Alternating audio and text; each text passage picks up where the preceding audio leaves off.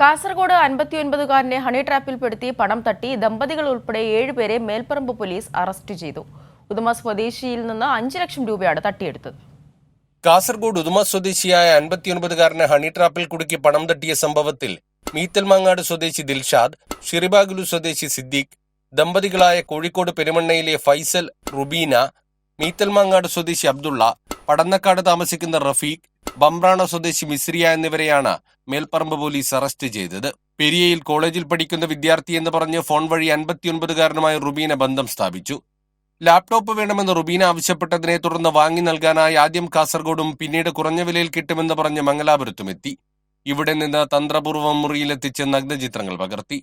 തുടർന്ന് സംഘത്തിലെ മറ്റുള്ളവരെത്തി തട്ടിക്കൊണ്ടുപോയി പടന്നക്കാട് കരുവളത്ത് റഫീഖ് താമസിക്കുന്ന വീട്ടിലെത്തിച്ച് ചിത്രങ്ങൾ പുറത്തുവിടാതിരിക്കണമെങ്കിൽ 50 ലക്ഷം രൂപ നൽകണമെന്നാവശ്യപ്പെട്ട് ഭീഷണിപ്പെടുത്തി. ഒടുവിൽ 36 ലക്ഷം രൂപ നൽകാമെന്ന് സമ്മതിച്ചു. 10,000 രൂപ ഗൂഗിൾ പേ വഴിയും 4,90,000 രൂപ പണമായും സംഘം കൈപ്പറ്റി. തടങ്കലിൽ നിന്ന് രക്ഷപ്പെട്ട ശേഷം ഉദുമ സ്വദേശി മേൽപ്പറമ്പ് പോലീസിൽ പരാതി നൽകുകയായിരുന്നു. അവശേഷിക്കുന്ന 31 ലക്ഷം രൂപ കൈമാറാനെന്ന പേരിൽ ദിൽഷാദിനെയും സിദ്ദിഖിനെയും മേൽപ്പറമ്പിലേക്ക് വിളിച്ചു വരുത്തി വാഹനം വളഞ്ഞ് പോലീസ് സാഹസികമായി പിടികൂടുകയായിരുന്നു. ഇവരിൽ നിന്ന് ലഭിച്ച വിവരത്തിന്റെ അടിസ്ഥാനത്തിൽ നടത്തിയ അന്വേഷണത്തിലാണ് മറ്റ് പ്രതികൾ പിടിയിലായത്.